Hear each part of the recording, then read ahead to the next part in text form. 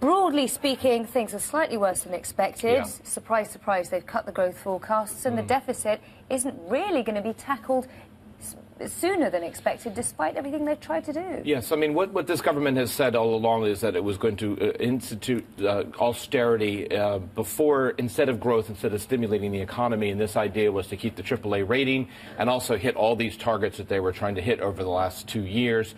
But the finance minister had to admit in Parliament today they just simply aren't going to be able to hit those targets. And what strikes me is if Britain, who is currently out of recession, can't hit its deficit, debt and growth targets and has to extend austerity, what does that mean for the likes of France or, for instance, Spain or even Greece? But George Osborne has said we have to keep to this. And let's listen to a little bit of what he had to say today.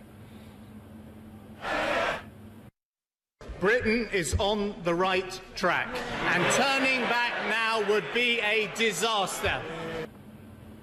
Again, so he's saying they can't turn back now. He's resisting what the opposition party is saying, is that he was wrong to push so much austerity while we see other countries suffering. Well, he seems to be pushing more austerity for longer now, and there's this issue of what's called the fiscal multiplier, fiscal drag, if you like. The fact that if you cut so much, the economy doesn't grow anymore, and then your tax receipts start to fall. What did you have to say about that? Well, yes, I mean, obviously tax receipts are falling, but unemployment is also falling, and there is growth in the economy, but they've slashed the amount of growth over the next 5 years. And so he has had to say things like, I want to cut the corporate tax rate.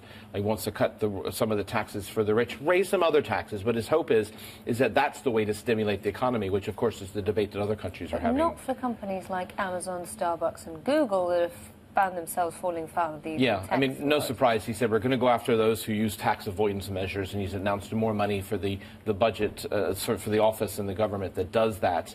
But of course, governments always say they're going to cut red tape. They're always going to cut this and cut that, and that could increase spending, increase the amount of money coming in. But he's also had to reform welfare, so another very unpopular set of measures to reform welfare, and that will also extend, as you said, to 2018.